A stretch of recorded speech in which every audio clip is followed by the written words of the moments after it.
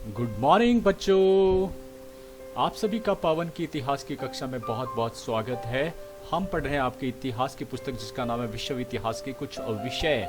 आप लोग लगातार मुझे सब्सक्राइब कर रहे हैं, आपके कमेंट भी अच्छे अच्छे मिल रहे हैं और आप लाइक भी कर रहे हैं, उसके लिए आपका बहुत बहुत धन्यवाद। और ये लिख दीजिएगा कि ये वीडियो आपको कैसी लगी। इम्पॉर्टेंट इसलिए है क्योंकि आज आपका अध्याय नंबर 8 जो पूरी तरह से समाप्त हो चुका है, उसको मैंने कितने अच्छे से पढ़ाया है उसका एक टेस्ट होने वाला है। क्योंकि आप टेस्ट में जितने मार्क्स लेंगे वो मेरा इम्तिहान है कि आपके अच्छे मार्क्स आएंगे तो मैंने अच्छे से पढ़ाया। अगर आपके मार्क्स कम ना आते हैं तो इसका मतलब मेरे में कोई कमी रह गई है। तो ये ज़रूर आपने मुझे कमेंट करना है कि आपके कितने मार्क्स जो है वो रहे।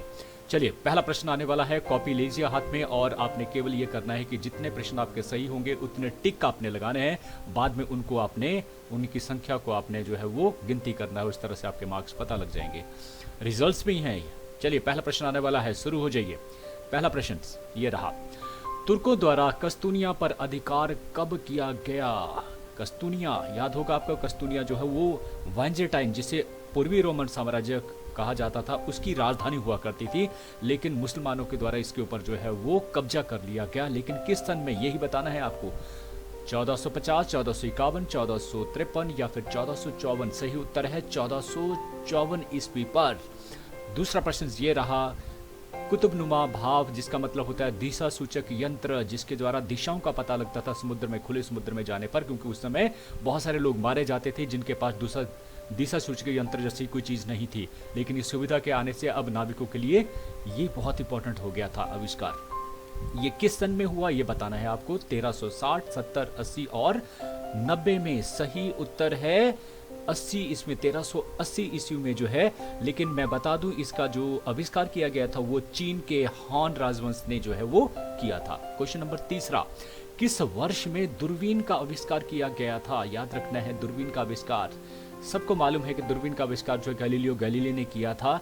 लेकिन मैं आपको बता दूं, पेटेंट उनके नाम पर नहीं था। इसका मतलब उससे पहले ही दूरबीन का आविष्कार किसी और के द्वारा कर दिया गया था। लेकिन यहाँ जो प्रश्न मैंने डाला है ये गैलीलियो गैलीली का ही प्रश्न है कि उन्होंने कब इसका आविष्कार किया था। ऑप्शंस रहेंगी ये 1608, 1609, 1610 या 1611 ईस्वी में। सही उत्तर है 1609 ईस्वी में गैलीलियो गैलीली ने दूरबीन का आविष्कार किया। लेकिन मैं बता रहा था कि इसका आविष्कार जो था, किसकी बात कर रहा हूं, मैं कर रहा हूं कि दूरबीन का जो आविष्कार था इसे पहले ही हॉलैंड के एक जो है वो व्यापारी थे जिनका नाम था हैंस लिपर्सी। याद रखना है, हैंस लिपर्सी जो है उनके बेटे जो है वो चश्मे का काम करते थे। चश्मे ना, आंखों का चश्मा बनाना।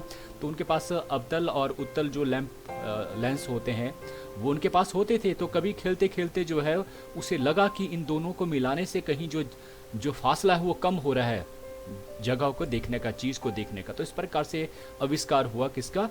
दूरबीन का। और इसे जो है उसके जो बाप था हैंस लिपर्सी, उसने उसे अपने नाम पर पेटेंट करवा दिया था, है ना। तो दूरबीन का आविष्कार जो किसके नाम पर पेटेंट है? हैंस लिपर्सी के, हॉलैंड के, है ना। तो चौथा प्रश्न ये रहा, टॉलेमी की ज्योग्राफी नामक पुस्तक किस वर्ष में मुद्रित हुई? टॉलेमी की ज्योग्राफी पढ़ा है आपको, है ना। तो ये बड़ी इंपॉर्टेंट थी नाविकों के लिए ज्योग्राफी का। और ये बहुत सारी चीज़ें उन्होंने बताई थी जिसके भी प्रश्न आपसे पूछे जाएंगे। चलिए, सन बताना है 1412, 33, 66 या फिर 77 ईस्वी में। यह सही उत्तर है 1477 ईस्वी में ये जो पुस्तक थी मुद्रित की गई थी। हालांकि इसे बहुत पहले ही टॉलेमी जो है मिस्र का रहने वाला था और ये दूसरी शताब्दी में ही इसने इस चीज़ के बारे में जो है वो ज्ञान दिया था। लेकिन इसकी जो पुस्तक थी लिखी गई थी मुद्रित, वो हुई 1477 ईस्वी में। फिर बात करते हैं, पांचवा प्रश्न यह है, टॉलेमी ने पृथ्वी का घेरा कितने मील बताया था? अपनी पुस्तक में जो लिखी उसने घेरा बताना है, कितने मील बताया था पृथ्वी का घेरा। 2000 मील, 3000 मील, 15000 मील या 18000 मील। सही उत्तर है 18000 मील करके उसने बताया था। फिर अगला प्रश्न, छठा, सर्वप्रथम मानचित्र में अक्षांश और देशांतर रेखाओं का प्रयोग किसने किया था? जो आज भी विद्यमान है, लैटिट्यूड और लॉन्गिट्यूड का इस्तेमाल करते हैं और देशों का और जगहों का ज्ञान जो है उन्हीं के द्वारा जो है वो हासिल होता है। पता लगता है कितने अक्षांश के ऊपर जो है वो बसा हुआ है, देशांतर के ऊपर। तो चलिए, ऑप्शंस रहेंगी ये गैलीलियो गैलीली, कोलंबस, टॉलेमी या फिर जॉन मार्शल। सही उत्तर है टॉलेमी ने ही, याद रखना, टॉलेमी ने ही अपनी ज्योग्राफी नामक पुस्तक में ये सारी बातें जो है वो क्या दो चीजें बता रहे हैं हम, देशांतर और अक्षांश रेखाओं का उसमें उसने इस्तेमाल किया था। फिर सातवां आता है मार्को पोलो किस देश का यात्री था? याद होगा मार्को पोलो की यात्राएं, ये जो पुस्तक लिखी गई थी मार्को पोलो के द्वारा। तो भाई किस देश की यात्रा उसने, ये किस देश का यात्री था? ये सही बताना है आपको। स्पेन है, पुर्तगाल है, इटली है या फिर भारत है?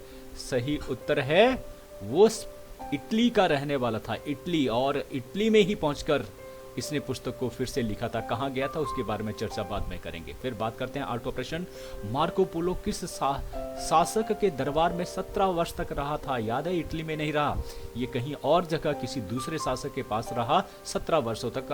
बताएंगे आप लोग कौन सा था वो? कुबलई खां, चंद्रगुप्त मौर्य, चंगेज खां या फिर अशोक? सही उत्तर है कुबलई खां। कुबलई खां के दरबार में ये 17 वर्ष मतलब 1275 से लेकर 92 ईस्वी तक जो है उसके दरबार में ही रहा। और फिर ये जापान, भारत, श्रीलंका या ऐसे देशों से होकर गुजरा और फिर वापस आया और फिर वहाँ की समृद्धि के बारे में बताया और उसके बाद ही फिर होड़ लगी भारत को ढूंढने की। 9वां प्रश्न, क्रिस्टोफर कोलंबस कहाँ का निवासी था? ये क्रिस्टोफर कोलंबस, इन किताबों को पढ़कर ही इनमें वो जिज्ञासा उत्पन्न हुई थी। ठीक है, तो ऑप्शंस रहेंगी इटली, फ्रांस, जर्मनी या फिर स्पेन। सही उत्तर है इटली का ही। तो इटली में जिनेवा शहर में इनका जन्म हुआ था 1451 ईस्वी में, याद रखना है अपना।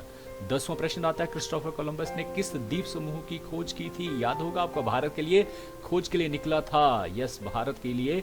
और ये पहुंचा कहाँ था? लक्षद्वीप, अंडमान निकोबार, बहामा द्वीप समूह या फिर हवाई द्वीप? सही उत्तर है यस, बहामा द्वीप समूह में ये पहुंचा था। और जिस बहामा द्वीप की जगह पर ये पहुंचा उसका नाम था गुआनाहानी। याद है ना आपको? चलिए अब बात कर लेते हैं 11वें प्रश्न की, वो है क्रिस्टोफर कोलंबस किस वर्ष बहामा द्वीप समूह पहुंचा था? सन आपने बताना है 1491, 1492, 1493 और 1494। सही उत्तर है 1492, मतलब भारत की खोज से 6 वर्ष पहले, याद रखना है। चलिए बात करते हैं 12वां प्रश्न, हॉर्नेट कॉर्टेस ने मैक्सिको पर कब आक्रमण किया? मैक्सिको की सभ्यता एंजेटिक, उस पर आक्रमण करना हॉर्नेट कॉर्टेस के द्वारा किस वर्ष किया गया था? बताना है 1509, 1519, 1529 या 1530। सही उत्तर है 1519 ईस्वी में। फिर बात कर देते हैं 13वां प्रश्न, डोना मैरिना कौन थी जिसका सहयोग जो है वो हॉर्नेट कॉर्टेस को मिला था? याद है आपको ना? तो जो डोना मैरिना कौन थी? ऑप्शंस रहेंगी ये, मैक्सिको की राजकुमारी, स्पेन की राजकुमारी, पुर्तगाल की राजकुमारी या इंग्लैंड की राजकुमारी? सही उत्तर है मैक्सिको की राजकुमारी थी, जिसे उसकी सौतेली माँ ने 12 वर्ष की आयु में एक दासी के तौर पर जो है वो बेच दिया था, क्योंकि वो अपने बेटे को राजगद्दी पर बिठाना चाहती थी। फिर बात करते हैं 14वां प्रश्न, वो है हॉर्नेट कॉर्टेस कहाँ का निवासी था? हॉर्नेट कॉर्टेस कहाँ का निवासी था? ये ऑप्शंस रहेंगी पुर्तगाल, स्पेन, इंग्लैंड या फिर इटली। सही उत्तर है वो स्पेन का रहने वाला था और मैडलिन जगह पर उसका जन्म हुआ था 1485 ईस्वी में। बात करते हैं 15वां प्रश्न। 15वां प्रश्न ये रहा, हॉर्नेट कॉर्टेस ने किस देश पर विजय प्राप्त की थी? अब तक तो मालूम हो जाना चाहिए था आपको, मैक्सिको, ब्राजील, पेरू या भारत? सही उत्तर है मैक्सिको। 16वां प्रश्न, फ्रांसिस्को पिंजारो ने किस साम्राज्य पर विजय हासिल की? ये यस, फ्रांसिस्को पिंजारो, आपको याद रहा होगा, एंजेटेक, इंका, माया या फिर अरावाक? सही उत्तर है इंका सभ्यता पर। यस। 17वां प्रश्न ये रहा, भारत की खोज किसने की? ये आपको मालूम होना चाहिए, मैंने आपको नहीं पढ़ाया है लेकिन आपको मालूम जरूर होना चाहिए। ऑप्शंस रहेगी Christopher Columbus, Francisco Pizarro, Vasco da Gama या फिर पेट्रो अल्वारिस? सही उत्तर है वास्को डिगामा, बिल्कुल सही है। चलिए प्रश्न नंबर 18, मांटेजुमा द्वितीय कहाँ का शासक था? मांटेजुमा द्वितीय, यस, ऑप्शंस रहेंगी मैक्सिको, पेरू, बहामा या स्पेन? मांटेजुमा द्वितीय जो आपस में दोनों भाई लड़े थे और जिसका फायदा किसी दूसरे को मिला था, याद आ गया? तो भाई सही उत्तर है पेरू। भारत की खोज किस वर्ष में हुई थी? वास्को डी गामा ने की थी, ये मालूम हो गया, लेकिन किस वर्ष में की गई थी ये भी जरूरी है पता होना आपको। 1492, 1494, 1497 और 1498 मैंने कहा था। अमेरिका की खोज हुई थी 1492 और 6 वर्ष के पश्चात मतलब 98 में जो है वो भारत की जो है खोज की गई थी वास्को डी गामा में। किससे? क्रिस्टोफर कोलंबस से ही उत्साहित होकर। आगे बात कर लेते हैं, माया पचांग कितने प्रकार के थे? 20वां प्रश्न है, माया पचांग याद होगा आपको कितने तरह के थे? ऑप्शंस रहेंगी 1, 2, 3 या फिर 4। सही उत्तर है 2। एक धार्मिक था और एक धर्म निरपेक्ष था, याद है आपको। बात कर देते हैं प्रश्न नंबर 21वां, धार्मिक पंचांग में वर्ष में कुल कितने दिन थे ये बताना जरूरी है। जो धर्म निरपेक्ष था उसमें तो 365 दिन थे, लेकिन धर्म पर आधारित जो पंचांग था उसमें कुल कितने दिन थे ये बताना है आपको। 230, 260, 250 या 270। सही उत्तर है 260, याद होगा। और प्रत्येक जो महीने थे वो शायद 20 वर्ष के थे, 18 महीने थे और 20 दिन का जो है एक महीना होता था। तो इस प्रकार से अगर मल्टीप्लाई करें तो कितना हो जाता है आपका, शायद इसी तरह का था, शायद वो धर्म निरपेक्ष था, यहाँ मैं गलत बोल रहा हूँ। चलिए बात कर लेते हैं प्रश्न नंबर 22वां, दास व्यापार पर सर्वप्रथम किस देश ने प्रतिबंध लगाया? दास व्यापार पर सर्वप्रथम कौन सा देश था ये जानना बड़ा जरूरी है। इंग्लैंड था, स्पेन था, अमेरिका था या डेनमार्क था? दास व्यापार पर प्रतिबंध लगाना, दास प्रथा को खत्म नहीं किया गया लेकिन प्रतिबंध लगाना ये अपने में बड़ी बात थी। तो सर्वप्रथम जो भाई डेनमार्क था। इंपॉर्टेंट है, याद रखना आपको, ये जरूरी प्रश्न है जो आपको कंपेटिटिव एग्जाम में पूछे जाते थे। और उसने 1803 ईस्वी में इसे प्रतिबंधित किया था दास व्यापार को। फिर 23वां प्रश्न, अमेरिका में सर्वप्रथम किस वर्ष में दास व्यापार पर जो है वो प्रतिबंध लगा दिया था? दास प्रथा पर पूरी तरह से प्रतिबंध लग गया था। और ऑप्शंस रहेंगे 1833, 61, 3 या फिर 1865। सही उत्तर है 1865 ईस्वी में। और उस समय जो है वो अब्राहम लिंकन वहां के राष्ट्रपति हुआ करते थे, उनके द्वारा ये शुभ कार्य किया गया था। 24वां प्रश्न, भाई नजदीक है, 30 प्रश्न खत्म होने वाले हैं। 24, अमेरिका की खोज किसने की? अमेरिका की खोज किसने की? अब तक तो मालूम हो ही जाना चाहिए भाई। Vasco da Gama, Christopher Columbus, Francisco Pizarro या मार्को पोलो? सही उत्तर है क्रिस्टोफर कोलंबस। क्रिस्टोफर कोलंबस, याद रहेगा ना। अब बात कर लेते हैं, क्योंकि जो बहामा द्वीप समूह है वो अमेरिका का ही हिस्सा है, अमेरिका महाद्वीप का ही, तो इसलिए जो है बहामा द्वीप को खोज होना ही अमेरिका की खोज माना जाता है। क्लियर हो गया, क्रिस्टोफर कोलंबस ने की थी। फिर आता है 25वां, क्रिस्टोफर कोलंबस के साथ और कितने यात्रियों ने सफर किया था? याद करना, उस समय जो है ये माना जाता था कि पृथ्वी चपटी है, गोल नहीं है, और एक समय आएगा, एक जगह आएगी जहां से जो है हम नीचे गिर जाएंगे, धरती खत्म हो जाएगी। तो इस तरह से लोग जो है यात्राओं पर नहीं निकलते थे, लेकिन क्रिस्टोफर कोलंबस जो है बहुत से यात्रियों को अपने साथ ले जाने में सक्षम हुआ था या सफल हुआ था। बताने हैं कितने यात्री थे भाई आपको, 40, 50, 90 या फिर 70। सही उत्तर है 90 यात्रियों के साथ वो गया था। और 3 जहाज उसके साथ थे जिनके नाम आपको याद होंगे, तो सांता, पिंटा और नीना।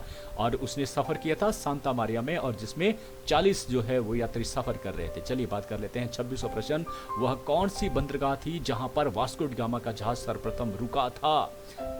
सर्वप्रथम रुका था वास्को डी गामा के बारे में अभी प्रश्न बाकी है।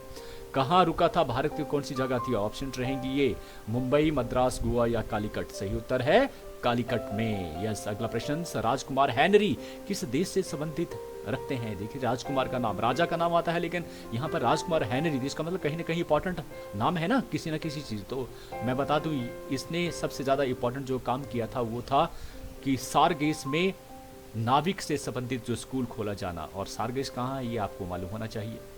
स्पेन, फ्रांस, पुर्तगाल या फिर डेनमार्क? सही उत्तर है पुर्तगाल। 28वां प्रश्न, वास्को डी गामा ने सर्वप्रथम अपने पांव भारत के किस राज्य में रखे थे? ये वास्को डी गामा का अंतिम प्रश्न है। देखिए भारत की खोज का हमें पूरी तरह से जो है पता लग जाएगा, कब हुई, किसने की, कहाँ पहले बार आया और कौन सा राज्य था, ये भी पता लग जाएगा। तमिलनाडु, गुजरात, महाराष्ट्र या केरल? सही उत्तर है केरल, जो है कालीकट जो है केरल में पड़ता है। क्लियर हो गया भाई? हाँ, यस। और 29वां प्रश्न, सेकंड लास्ट क्वेश्चन है, आंसू भरी रात से क्या अभिप्राय है? दुख भरी रात। ऑप्शंस रहेंगे ये कि 30 जून 1520 ईस्वी की रात को 600 स्पेनी और इतने ही एंजेटिक लोग जो युद्ध में मारे गए थे, इसको कहा जाता है, या फ्रांसिस्को पिंजारो द्वारा पेरू पर किया गया आक्रमण, या वास्को डी गामा द्वारा भारत के कालीकट नामक बंदरगाह पर पहुंचना, या इनमें से कोई नहीं। तो सही उत्तर क्या है? यही है, क्योंकि लोग मारे गए थे उस रात्रि में, उस युद्ध में, और इसलिए जो है इसे कहा जाता है आंसू भरी रात। और अंतिम और लास्ट प्रश्न ये रहा, एंजेटेक सभ्यता की विशेषताएं क्या थी? आपको बताना है एंजेटेक सभ्यता की विशेषताएं, याद होगा आपको। यस। ऑप्शंस रहेंगी ये, शिक्षा पर विशेष बल देते थे, सम्राट को सर्वोच्च स्थान प्राप्त था, या श्रेणीबद्ध समाज था? लग रहा है ना कुछ पता। अरे ये सभी था या उपरोक्त, ये भी है ऑप्शन चौथी घ। तो सही उत्तर है घ। ये सारी जो है इनकी विशेषताएं थी। तो 30 प्रश्न खत्म हो चुके हैं। फटाफट जो है मैं आपको समय दे रहा हूँ 10 सेकंड का, जल्दी से टिक को गिनिए। 1 2 3 4 5 6 7 8 9 एंड 10। चलिए परिणाम ये रहा। जिन बच्चों ने 26 से 30 अंक सही किए हैं या अर्जित किए हैं, उनके लिए मेरे पास कोई शब्द नहीं है। वो आउटस्टैंडिंग बच्चे हैं, उनको मालूम है कि वो क्या कर रहे हैं, किस दिशा में जाना है। वो अच्छे बच्चे हैं। अच्छे मतलब वो समझ गए हैं कि ज़िंदगी में अगर कुछ बढ़ना है, बनना है, तो मुझे अच्छा ही करना है। तो बहुत अच्छे। 19 से 25 जिनके जो है सही हुए हैं, उन्होंने मेहनत करी है और उसके लिए उनके लिए शब्द है एक्सीलेंट। बच्चों थोड़े से चूक गए, अगली बार मत चूकना। जिनके 16 से 20 हुए हैं, उनके लिए मेरे शब्द है वेरी गुड, बहुत अच्छे। अगली बार इन दोनों को भी पछाड़ देना है। 30 के 30 जो है अंक आप ले सकते हैं, इसमें कोई संशय नहीं है। 11 से 15 जिनके हुए हैं, आपने तैयारी नहीं की फिर भी आपने अच्छा किया। तो सोचिए जब आप तैयारी करेंगे तो आप कितना अच्छा कर पाएंगे। और जिनके 1 से 10 जो है क्वेश्चन रहे, उनके लिए नॉट गुड है। गुड नहीं करूँगा, नॉट गुड कहूँगा। लेकिन ये मतलब बिल्कुल भी नहीं है। उनको मालूम है क्योंकि उन्होंने बिल्कुल भी तैयारी नहीं की थी, मतलब वीडियो को ध्यान से नहीं सुना था। अगर सुना हो तो शायद अच्छा कर पाते। तो अगली बार ऐसा नहीं होना चाहिए। तो आपका बहुत बहुत धन्यवाद जो आप बड़े ध्यान से मुझे सुनते हैं। लेकिन मैंने कहा था ये मेरा टेस्ट है, ज़रूर लिख भेजिएगा कि आपके मार्क्स कितने आए। तो इन्हीं शब्दों के साथ भी आपने मुझे आज भी बड़े ध्यान से सुना, उसके लिए आपका बहुत बहुत धन्यवाद। थैंक यू सभी बच्चों का।